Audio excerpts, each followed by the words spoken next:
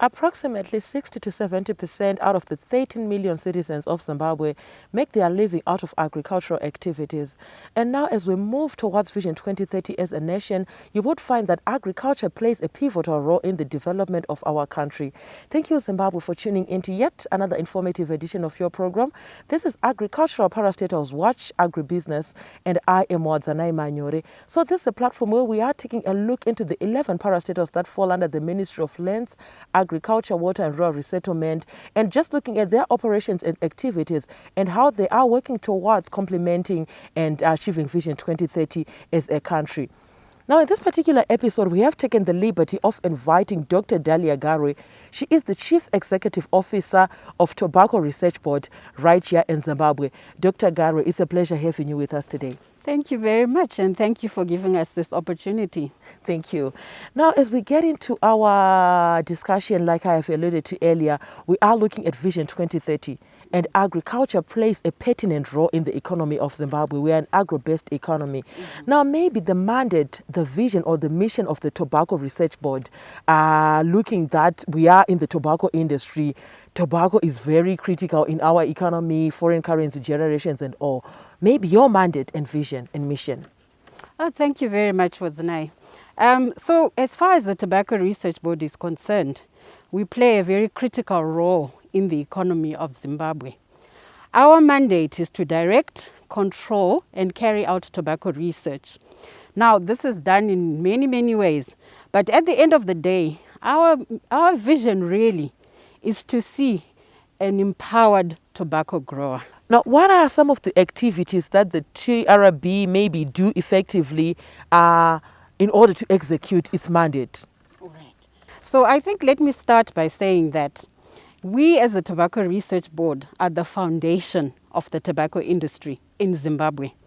If there was no Tobacco Research Board, I suspect very strongly that our industry would not be where it is right now. So our activities involve the development of superior tobacco varieties.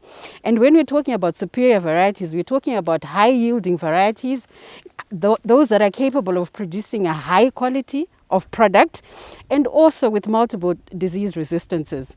So that is work that is done by our plant breeding division. But in addition to that, our role is to provide science-based information to our growers. Yes. And related particularly to issues of agronomy. It's not as simple as I want to grow maize like most people do. Tobacco is actually a very involved crop. So we do a lot of information generation, which we then share with our growers. The issues of diseases and pest management, this is an absolutely crucial part of producing tobacco. So our role is to ensure that we generate adequate information, which we then share with our growers. And of course, I keep talking about sharing with our growers. That, in fact, is one of our biggest mandates, to advise and to train growers on how to grow tobacco. Okay. We do this in a fairly structured way. It's not just about talking. We do publications. We are here on the media. Yes. We also have what we're calling the tobacco improved productivity schemes.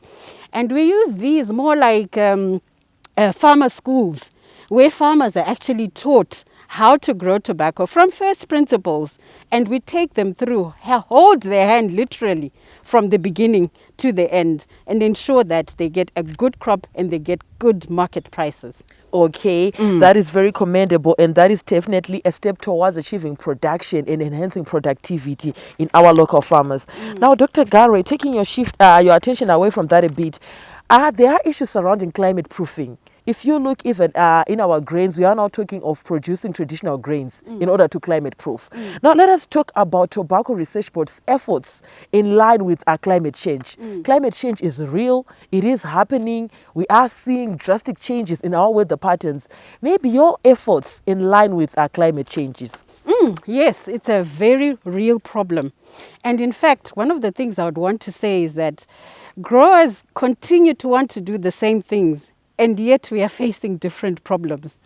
So one of the things that has happened as a result of climate change is the resurgence of pests and diseases that we thought we had conquered and we didn't have to worry about anymore. One of the biggest ones, like this season, is something called black shank. And farmers are saying, oh, but TRB does not have varieties that are resistant to this To black to black shank. But that's not actually true. We do. But what has happened is these pests are changing. They are mutating. Okay. They are becoming something different. So as TRB, we keep on having to research and find out exactly what sort of enemy we are dealing with. So that's one of the things that we're doing, looking at the new pests and diseases and how to deal with those. Okay. And there are things like some other diseases that never were, like mealybug, that were never tobacco diseases. But now we're finding them on tobacco. And of course, you're asking yourself, what is going on? What is going on? And how do you deal with it? Yes. And what sort of remedies are available? And we are looking at how do we convert some of those some of those chemicals that were used on other crops and to be able to use them on tobacco.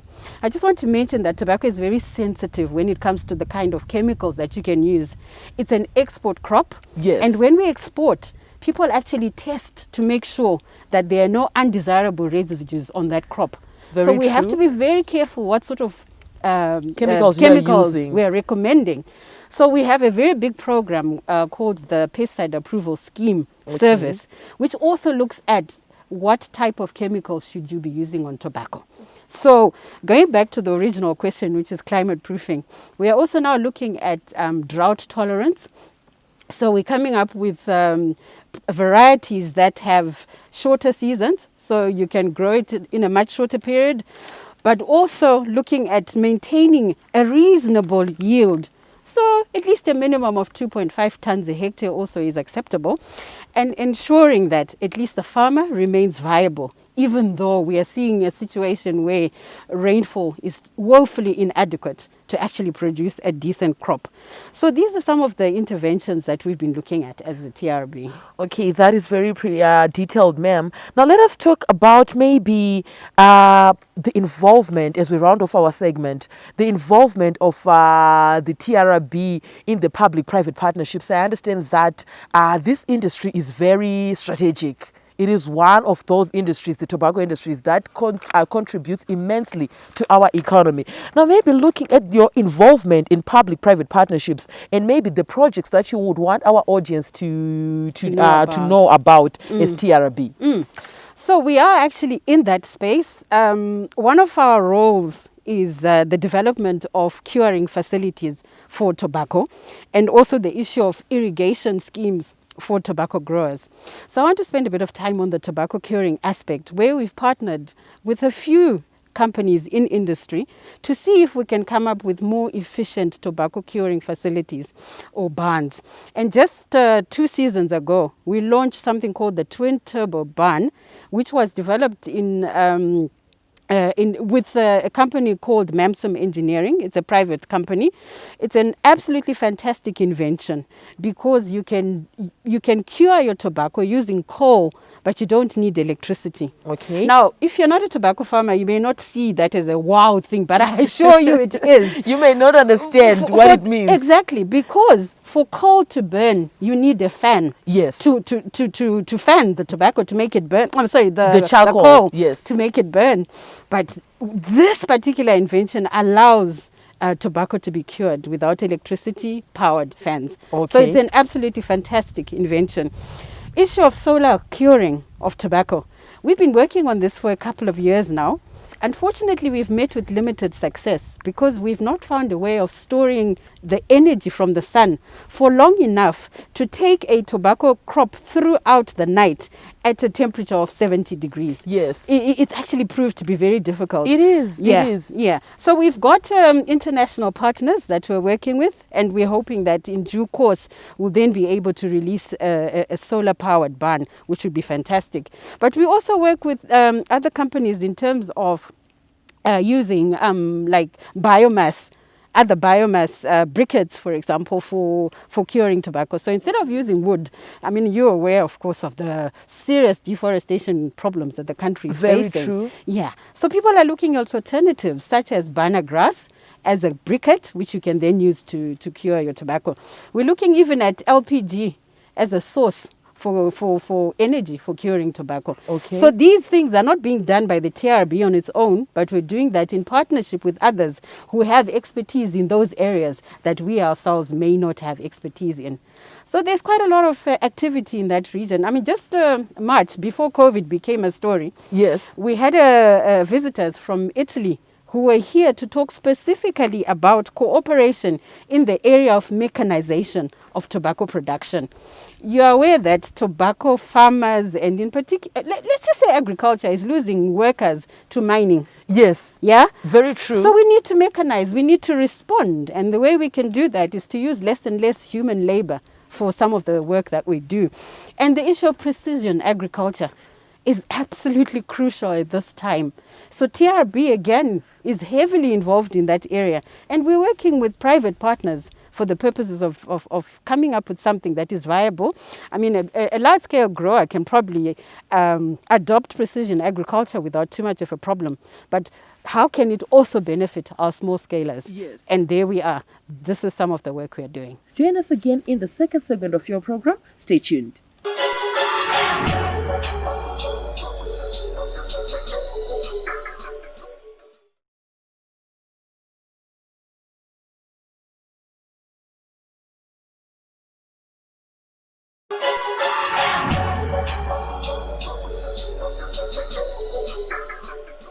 Welcome back, viewers. We are in the second segment of your program, Agricultural Parastatals Watch, Agribusiness, where we are looking at the Tobacco Research Board. And I am here with Dr. Dahlia Garwe, who is taking us through the mandate, the vision of the TRB. Now, viewers, we encourage you to be a part of these conversations. Feel free to get in touch with me, the producer, Wadzanai Manyore. You can like our Facebook page, Agribusiness with Wadzanai. You can also go to our YouTube channel and make a follow-up on this episode and more on YouTube, Agribusiness with Wadzanai. You can also like us and follow us on Twitter. Our Twitter handle there is at agribusiness110. Now, earlier on, before we went to the break, Dr. Garwe, you were telling us about the public-private partnerships that you are engaging in as the TRB. Now, let us talk about life after tobacco. There has been some environmental hazards that may be attributed to the cultivation or the production of tobacco. There might be some health issues that are being spoken of world over for about the production of tobacco. As a parastatal, as a state entity, what do you have in place to, look into the future, maybe 10 years from now, life after tobacco? What will it mean for the TRB and the tobacco industry in general? Okay, interesting question that.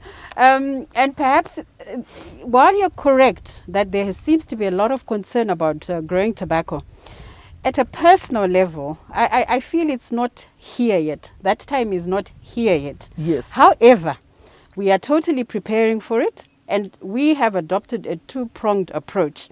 What we are doing is looking at alternative uses for tobacco as well as alternative crops. Yes. So if we're looking at the side of the alternative uses of tobacco, one of the biggest things that we've realized is that tobacco seed can be used for the production of edible oils. So we are looking at how best to extract the oil, what kind of processing would it require, and what can it be used for. Things like soap, for example, can be prepared from this kind of oil. So we are looking into that area, and we're spending quite a bit of energy trying to come up with something that is a useful product. But there are also things like just the nicotine itself. You can extract it. It can be used in other industries besides the issues of smoking. Okay. So we would be quite happy to go in that direction. But the tobacco stalk itself is also quite useful as a fuel, for example. So farmers could actually just grow it for that purpose. So there are a number of possible uses that we're looking at, and we're saying, okay, if we cannot use it for smoking, what else can we use it for? The other interesting thing about tobacco is it can be used as a factory for manufacturing medicines. Okay. Yes. So those are some of the things. Can we as Zimbabwe partner with someone who can assist us to make tobacco, or at least discover crops, types of varieties of tobacco that can be used for the generation of medicinal products. So quite an exciting area there. And of course, you're aware that it's been used for diesel production and all these things. So there are alternative uses. But then there are also alternative crops. If a farmer can no longer grow tobacco, what else can you grow? And we've been looking at a variety of products. The most exciting one is industrial hemp.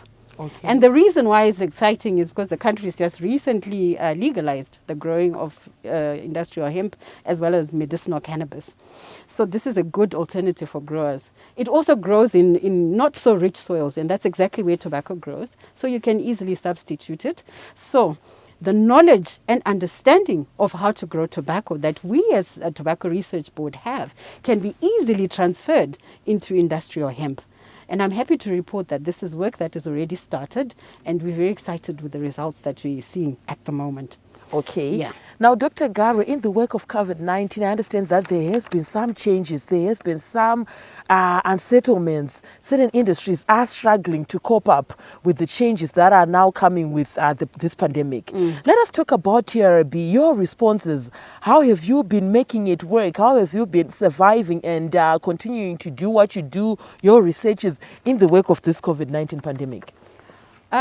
Yeah, it's a very difficult situation. Tobacco production is hands-on. You can't do it from home. If it was possible, we'd all sit at home. So we have to be here. So if we're going to be here, then we have to observe all the WHO guidelines in terms of how to protect ourselves, the sanitization of hands, the wearing of masks, and, social distancing. These things are being practiced rigorously.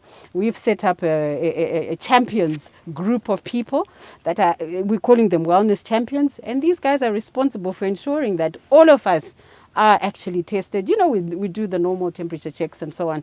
But I must admit that in an agricultural environment, it is very difficult. Can you imagine people that are trying to grade tobacco in a grading shed?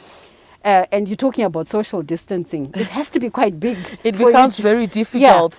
Yeah. So you see that production goes down very substantially as a result of trying to make sure that we're following the rules and the regulations. Not to mention that in this period, we are where our farmers are starting to prepare their seedbed. You have to be present, especially when it comes to sowing or the planting dates. You have to be present there with your workers and see how things are going. Exactly. Now, moving from that a bit, let us talk maybe about the business model that you as the Tobacco Research Board operates under and its advantages, or maybe what you have seen as being very useful and working for this institution. All right. So I think the biggest thing is, as an institution, we realized that we could not depend on government funding in order for us to carry on with our work. So what we've done is we've commercialized a lot of our activities, and we've looked at our crop and we've said, how can we add value to this crop? So we have now come up with, we actually built a factory that manufactures seedling trays. And this is after we realized that we couldn't continue to grow tobacco using methyl bromide, which was used for seed beds earlier. Yes. So we came up with a new technology. Admittedly, it wasn't our invention, but we adopted it for use in Zimbabwe. So now we have the full range of products that goes with that type of production. The trays, we also have the grow mix, which is the solid medium. We also have the fertilizer, which is toll manufactured for us. So we have a full package for the grower. But not only have we stopped there, we've got a new facility that is gone into potato seed production. Okay. And that is because we realized that we had excess capacity in our tissue culture facilities in the molecular biology division. And we said, but let's make use of this to assist our country, import substitution. So right now, as we speak, we finished building this facility, and at any one time it's capable of holding 1 million plantlets. Okay. And these plantlets then translate to times 8 times 8 times 8 in terms of the seed that we can then share with the rest of the country. So it's not just potatoes, but it's other crops as well. We're very big with sweet potatoes. So we are saying, let's value add. Let's use our knowledge of agriculture to assist in developing this nation, to assist this country in at least saving some of the resources that it does not need to use in terms of imports into the country. So we're very excited as an organization, and I'm seeing so much for the young people that are coming up in this institution that they can then go into as we go into the future. Thank you, Dr. Garwe. There you had it, viewers. We're talking of even import substitution as a tool that has been employed by the Tobacco Research Board. Join us again in the third and final segment of your program. Stay tuned.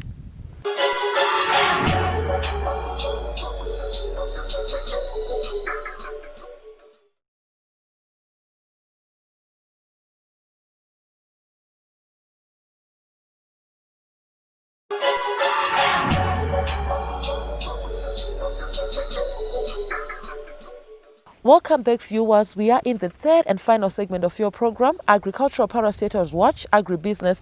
I am here at TRB and I am with Dr. Dahlia Garwe. She is the Chief Executive Officer of the Tobacco Research Board right here in Zimbabwe. Dr. Garwe, welcome to the third and final segment of your program. Thank you, Wadzanai.